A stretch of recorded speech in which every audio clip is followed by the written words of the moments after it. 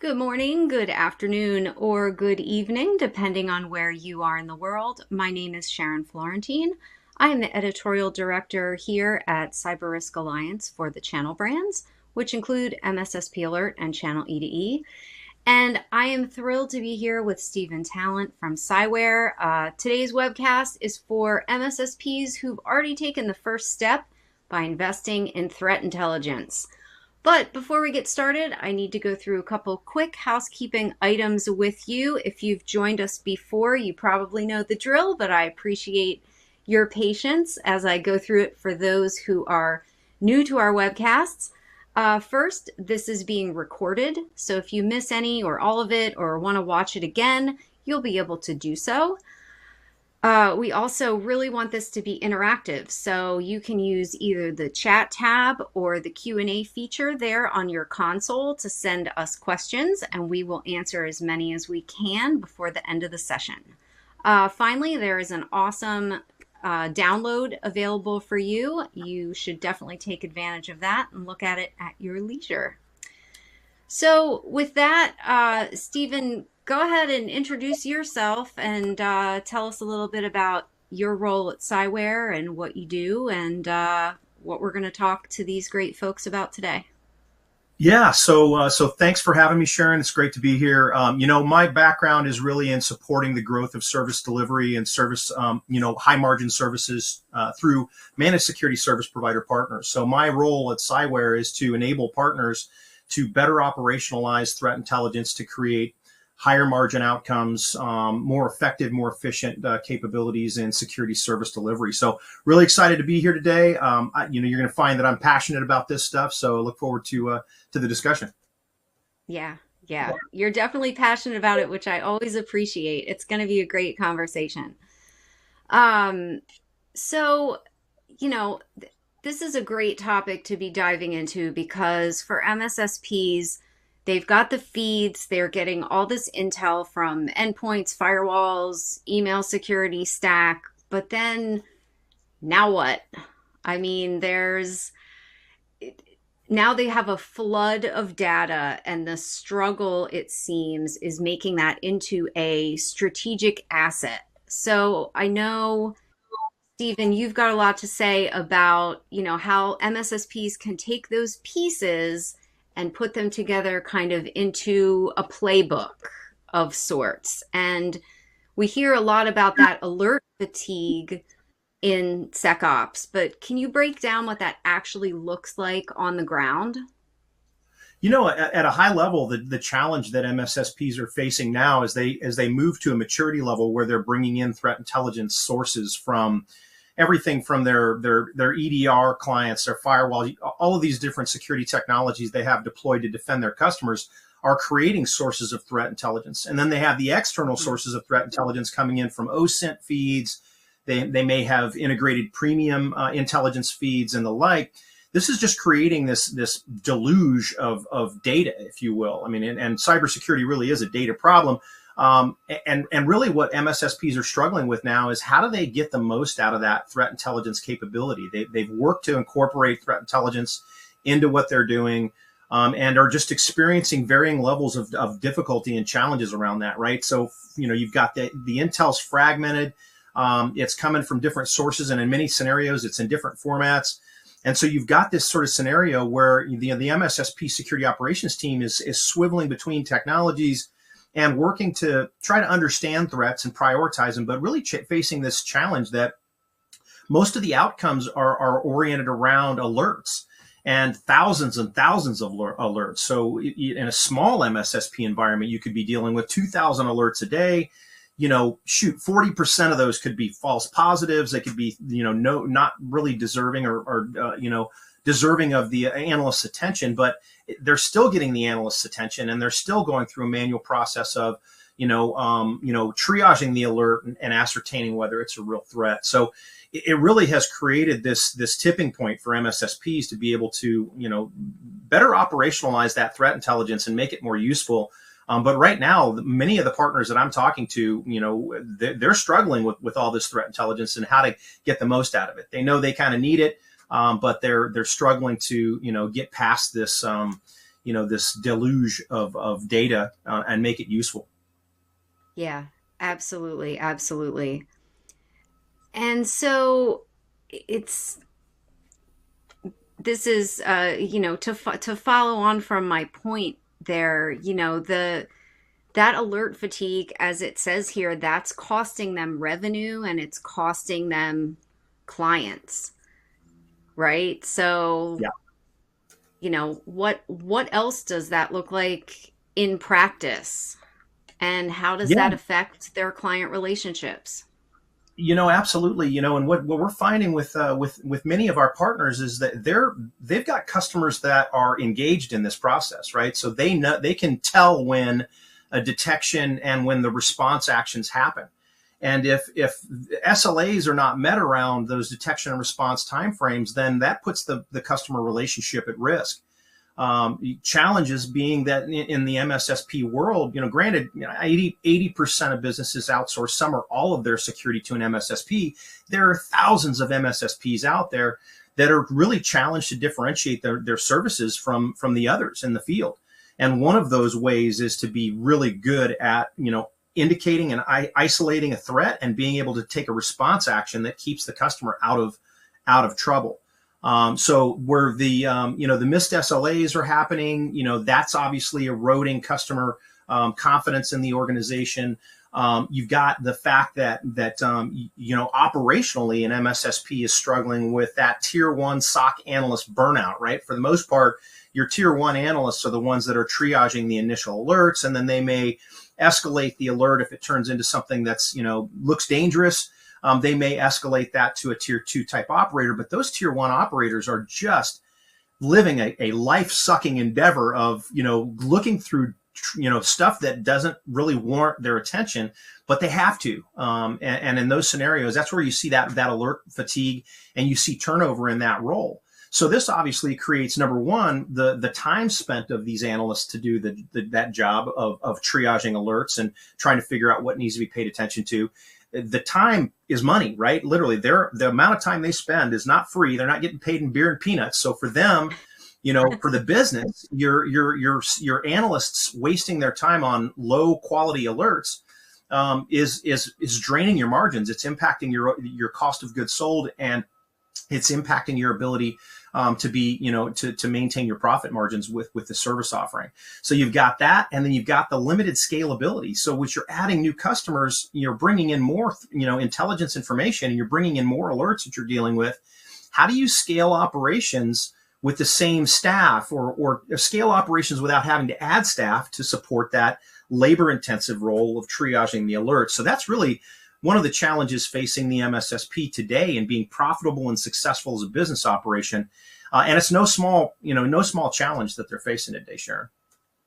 Right. And that you touched on this, but that manual kind of triage doesn't scale, whether we're talking about from a technology standpoint to a human element standpoint. It just doesn't work at the volumes that these alerts are coming in.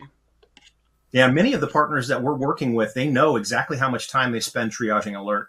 So we see, like, you could be spending an hour doing something, right? You could be spending an hour working on something. Really the goal is to try to reduce the amount of time you spend on those alerts, automate as much of that as you possibly can. But that, if you're spending an hour, and let's say a small MSSP with, 500 customers, they could be dealing with 2,000 to 5,000 alerts a day. Larger ones could be dealing with the 10 to 20,000 alerts a day.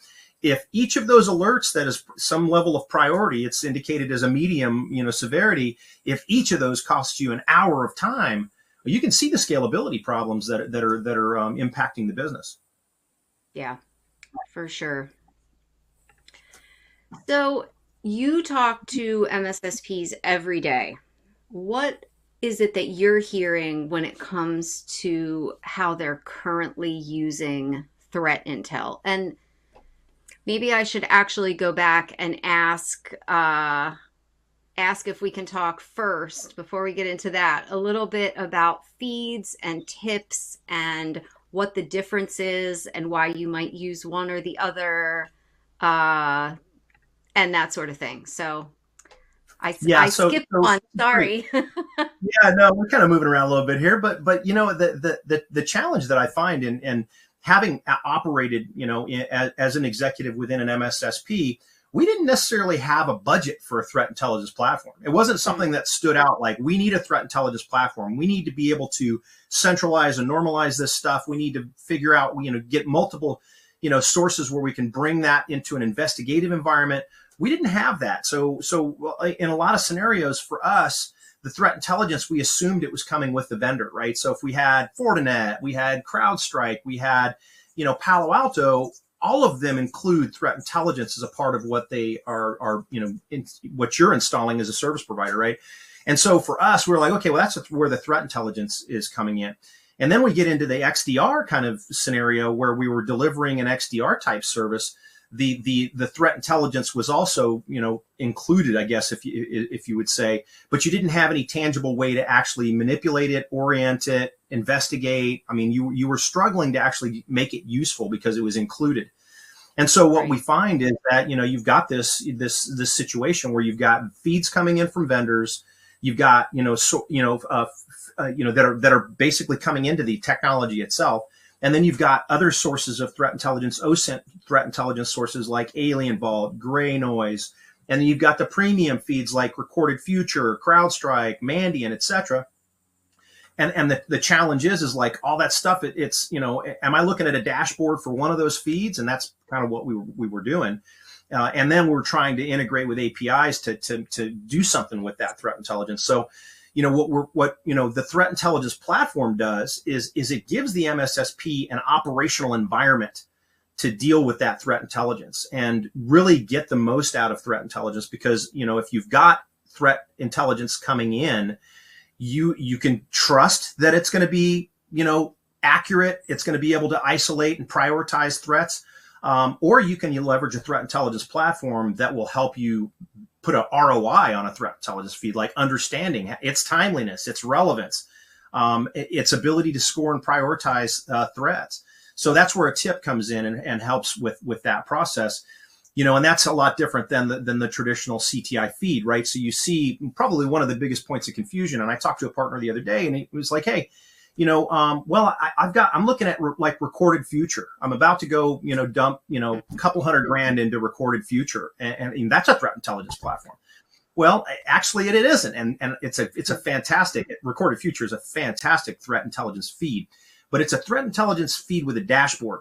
It's not an aggregator, a curator of threat intelligence. It's not an environment that is going to take threat intelligence from multiple sources, allow the operators to manipulate and use it. For example, we had in this scenario, the partner had a customer that was a brand name. They were, a blue chip stock, if you will. And what they wanted to know is if there was anything out there that mentioned that company. The bad guys were Okay. and so they leveraged the threat intelligence platform to search for mentions of that organization, to search for mimicked websites, to search for compromised credentials. And they were able to do that in an environment that was gathering and searching threat intelligence from multiple sources. So it really became more useful to them than a single threat feed with a dashboard. And that's what you're dealing with, right? And there's confusion in the space as to what a threat intelligence platform is. In many scenarios, like for example, if you got our threat intelligence platform, we would incorporate free feeds, OSINT feeds, et cetera, but you would bring your threat intelligence feeds to it. We've got a bundled scenario where we're bundling a threat feed now, but for the most part, a tip doesn't include the feeds. You bring the feeds in. It's like the kitchen. You bring the ingredients into the kitchen. Those are the feeds. And then in the kitchen, you make it do something for you. You make a dish, right? You make a playbook. Mm-hmm. And so that's a difference. And then the vendor provided stuff, the challenge with the vendor provided stuff is it's suited to that particular area of the attack surface that the technology is focused on, right? So you've got EDR, you've got some amazing, EDR technologies out there, SentinelOne, CrowdStrike, you name it, right? And they have threat feeds that come into that tech. And it's like, hey, we're seeing this IP address is, bad, or we think it's bad.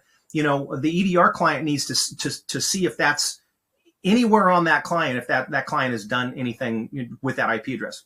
Well, that Mm-hmm. IP address is bad across the attack surface. So you want to see that on the firewall. You want to see that in the cloud environment, right?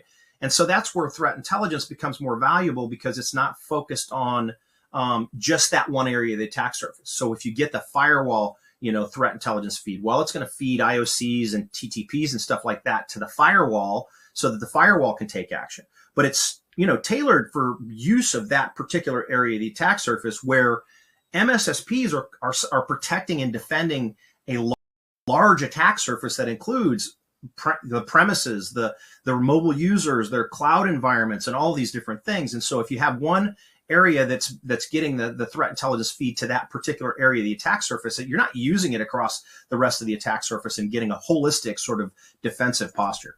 Sorry, that was a lot of words.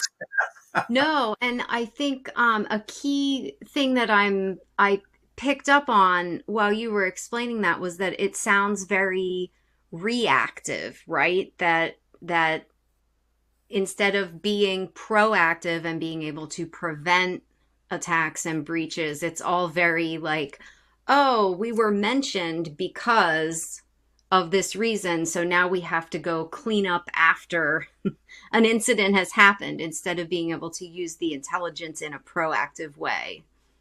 Right. And what we're hearing from more CISOs of enterprise organizations today is they care more about offensive security.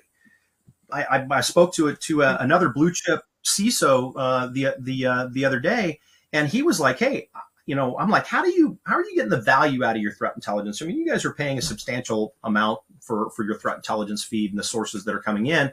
And he said it allows us to be more offensive from the perspective of, rather than being back on our heels and responding, we're actually out there looking for the threat actors. We're looking to see if they're exercising against our brand or against our company. And so it gives us an ability to be proactive and offensive in the security operations. And that's really, I think, one of the biggest benefits that you gain from having a threat intelligence platform, for that very purpose of being more offensive, more predictive, more proactive. And MSSPs are capitalizing on this by being able to, literally get in front of the attackers, get in front, interrupt the kill chain, rather than responding to it and being focused at incident response. Right. So we hit this right where we talked about the built-in threat intel. That's the challenge, right? Is that vendor oriented. My EDR client includes the threat intelligence feed. It's really siloed. It's around protecting what that particular tool does from a security perspective, as opposed to being able to apply that threat intelligence information and visibility across the attack surface. Yeah. And so even though, you may have the built-in threat intel, you have the vendor provided stuff, the OS in all of these different feeds, it's that unification and the operationalized correlation part of a tip that is really starting to be crucial for MSSPs. Like, they need more than just bits and pieces, almost. Right. Bringing it together, bringing an understanding of the threat conditions and the risk facing your customers is really what a tip does for you, right?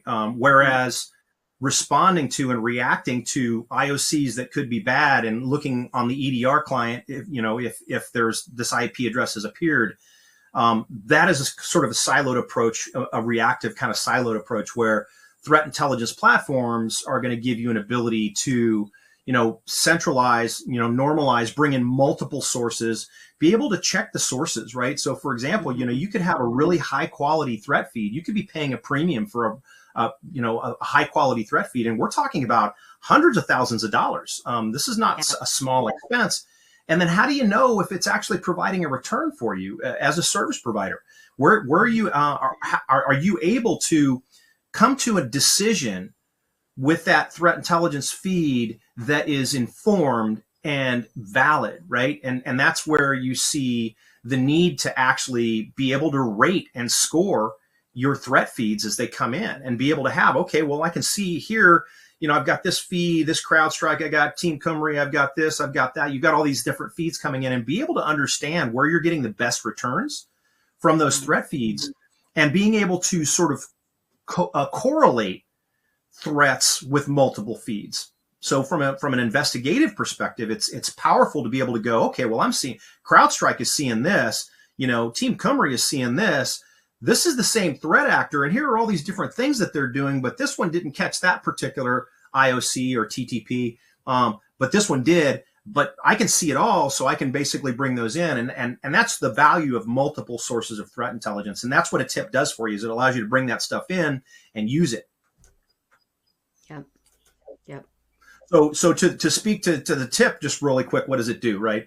Yeah, For yeah, one, I mentioned, there's a couple different analogies, and they're all kind of lame, but I guess the one that probably makes the most sense is the tip is the kitchen, the threat intelligence is the ingredients, and your SOAR and your SIM are kind of the chefs, right? And so they're able to, with the tip, you're able to bring in threat intelligence from multiple different sources. You're able to centralize the management of that threat intelligence. You're able to prioritize threats, which is obviously the biggest, one of the biggest values.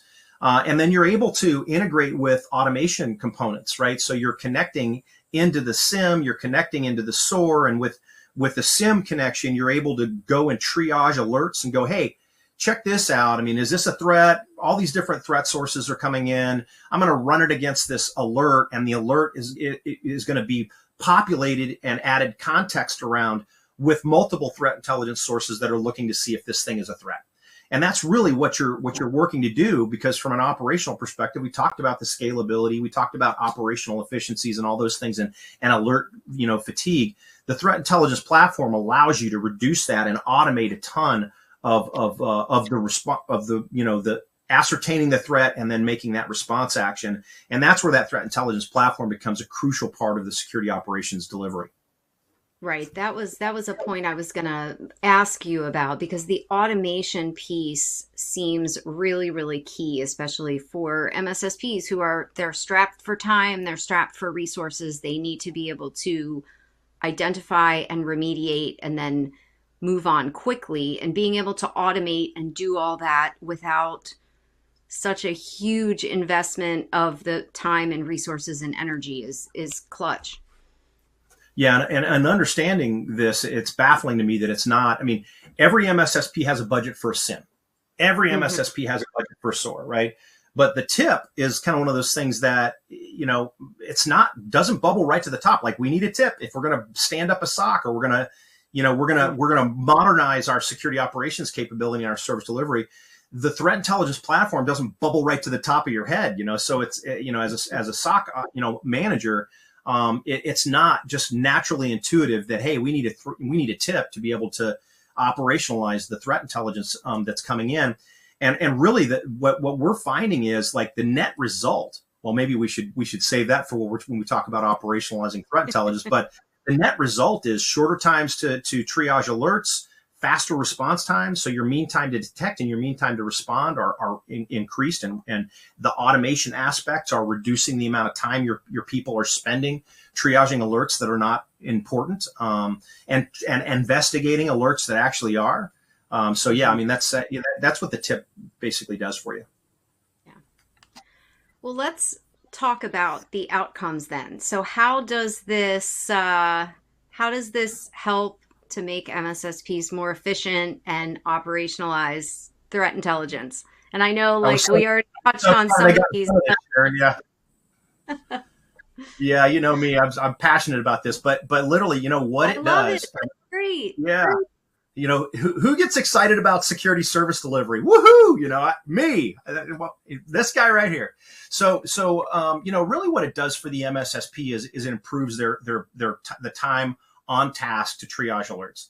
That's one of the big ones, right? So what we're seeing is that we've got partners that are able to reduce from an hour down to 15 minutes the time that they spend triaging alerts, right? We had a partner come back to us and basically tell us that they were able to save about $180,000 a year and a one SOC role, right? Literally, like, we were able to not have to hire another SOC analyst because we were able to reduce the amount of time that it took to do this type of function, right? So the faster triaging, the reducing false positives. So again, one of the things that we found, and like this varies in different environments depending on, how chatty the environments are and the rules set around the SIM for detection. But being able to go from, if you've got, 2,000 is just a random number we're using, 2,000 alerts a day. It's on the low side. It's pretty common for mid-sized MSSPs that could be out there. If 60% of those alerts are false positives and your people are spending time triaging false positives, that is just money down the drain, right? And so that's really where the tip gives you an ability to add context to alerts, go, no, we just noticed this is a false positive. We just checked all the different threat, sources for this particular thing. And it's not something to worry about. Right. And then the ability to update the threat intelligence, the threat vectors, right? So an IOC, for example, IP addresses. It's, you got an IP address that bad actors, that's the fastest thing for them to change. If they're coming at you from an IP address, they can change that IP address in minutes and be coming at you from a new IP address. So your threat intelligence, if it's telling you what the IP from the bad actor was last week and it's been updated to this week, well, chasing last week's IP address is not the best, pursuit of your time, right? And so the threat intelligence platform allows you to update those IOCs, update what the threat actors are doing, and understand the changes in their operations.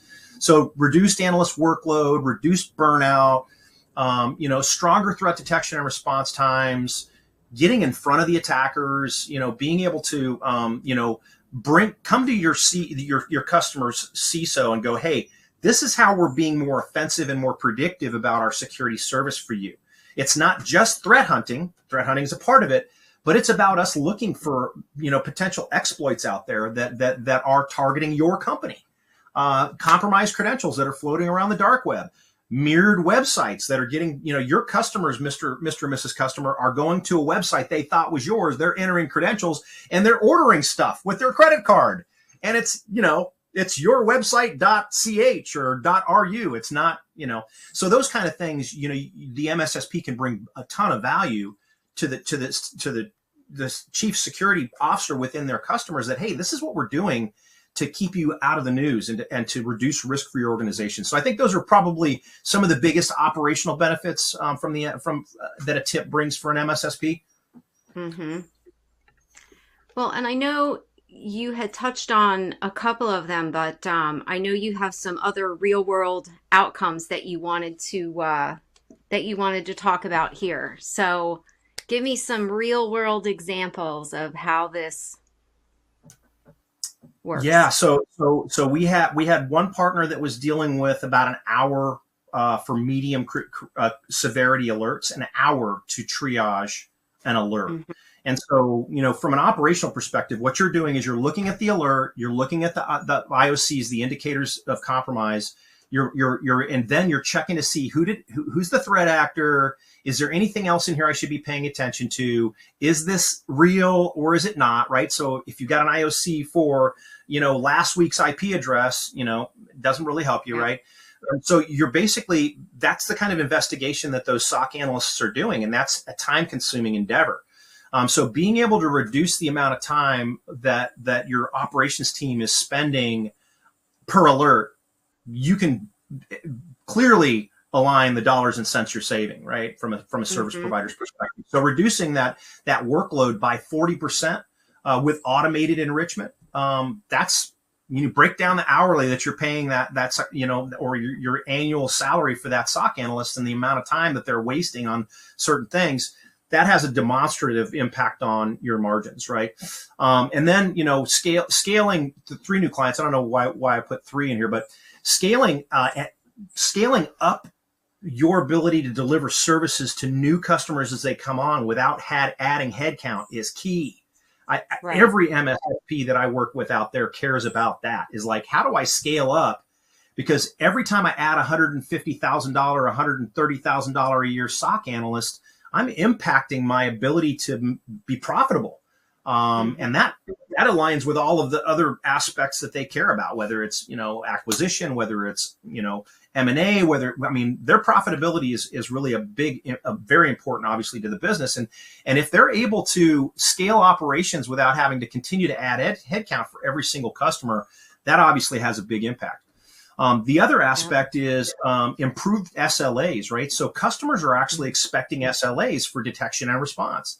We're seeing it over and over again where it's like, hey, what's your SLA on detection and response? What's the time that it takes for you to detect, mean time to detect, and what's the mean time to respond, the MTTR, for your service offering? And if you're like, well, it's an hour, or it's 2 days, or whatever it is, right? That obviously is, you're either valuable to the customer, or you're kind of like, okay, well, obviously we need to have our own sales team or our own, a SOC team supporting this as well. And so that obviously is a big impact. And being able to really, hey, this is happening now. We've already taken countermeasures against it, but here's the threat actor. Here's what they're doing now, or they were trying to do. Here's what they're likely to do next, and here's why we're going to take these procedures, moving forward.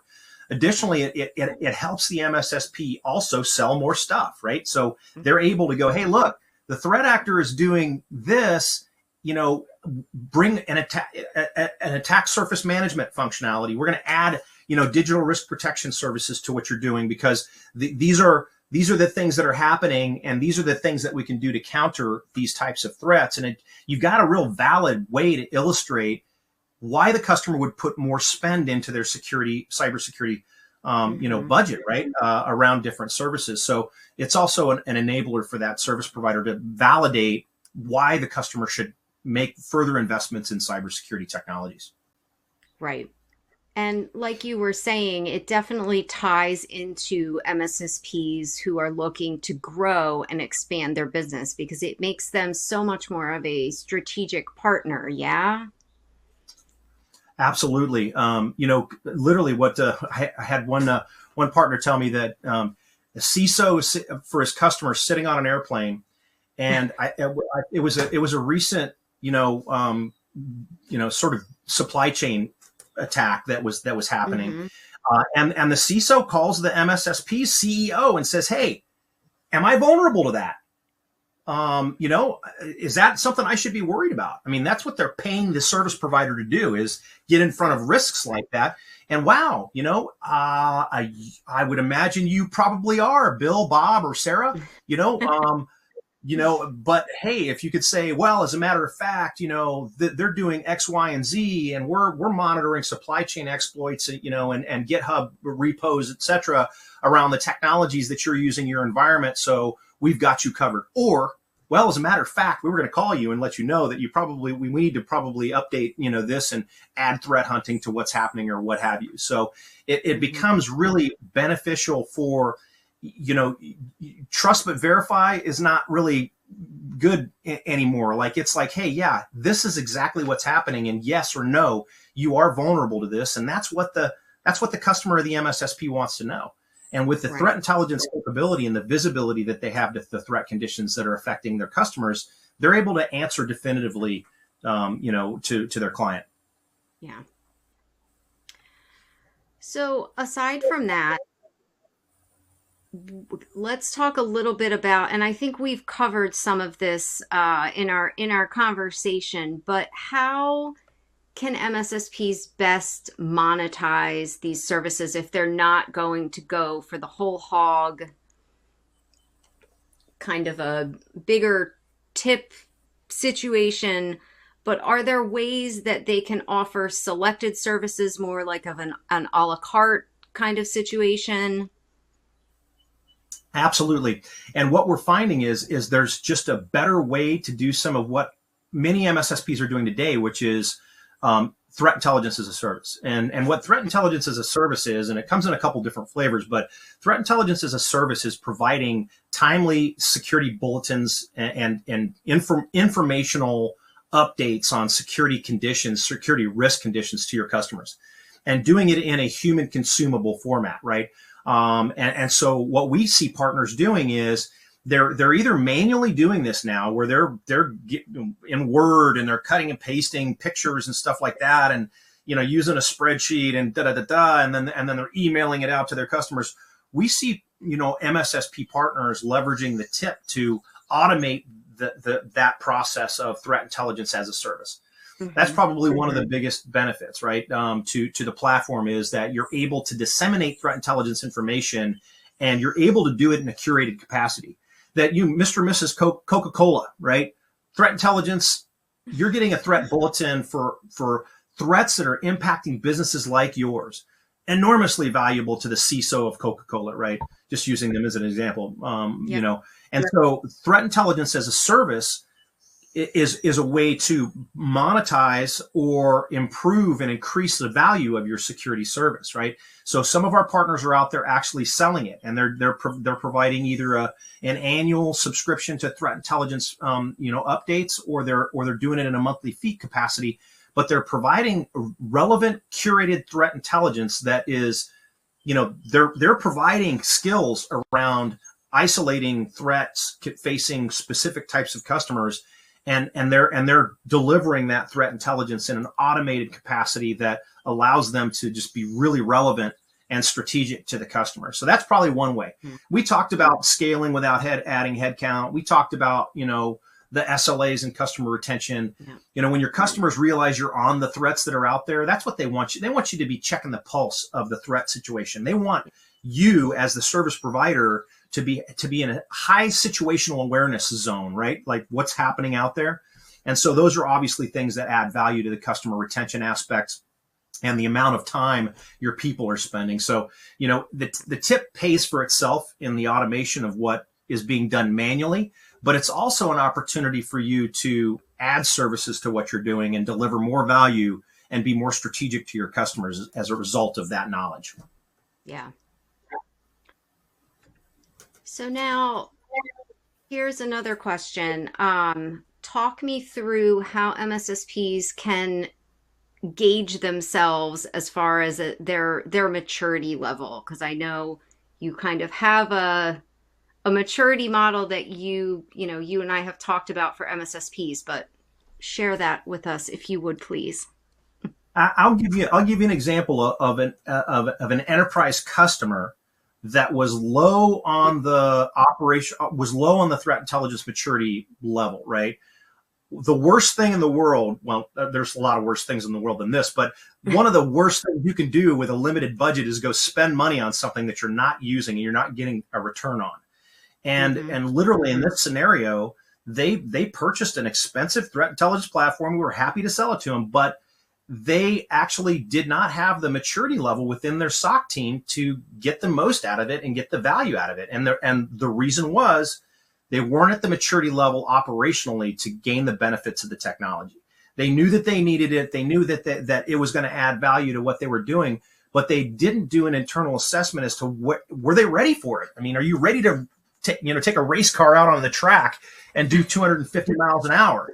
Or are you still in the minivan? You know what I mean? Like, so this is a simplified, maturity model here. I'm going to show you a little bit more advanced one, but it's crawl, walk, run, right?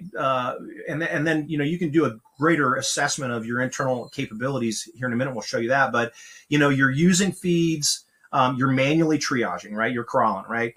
You go from there to walking. You're now starting to centralize intelligence, and you've got it, into, you're working to automate different aspects of alert enrichment. And then you get into the run zone where you're automating response. You've got your threat intelligence investigations that are then triggering a rule that runs a playbook that goes and looks for this thing that you found in your investigation, and you're automating that, right? So it's a crawl, walk, run, is an oversimplification of it. But it's a simple way to kind of look at where you're at from an MSSP service delivery perspective. Gotcha. And then this is the more granular sort of way to look at it. And this is the CTI CMM, so cyber maturity model. And really what it's doing is saying, where are you at level wise, right? As a service delivery model. So it's more detailed, right? So level 3, once you get to level 3, that's when the tip investment makes a lot of sense. Before that, it may not make sense for you. as a service provider. If you're level 2, if you're reactive or informed, but you're not really in a place where you're enriching alerts and you're centralizing threat data, then you're not at the point where a tip is going to add value for what you're doing. And then you move into operationalized and optimized, and you're in there. Any service provider or SOC, enterprise SOC that's in a level 4 or level 5 has a tip. Every one of them, guaranteed, has a tip. Just because you can't get to level 4 and 5 without one, otherwise you're back. Your manual. Pardon me, but yeah, this gives you a little bit more defined, specific tiering structure as to where you're at from a service provider. And again, if you're not at least at level 3, you're wasting money on a tip. Don't do it. Yeah.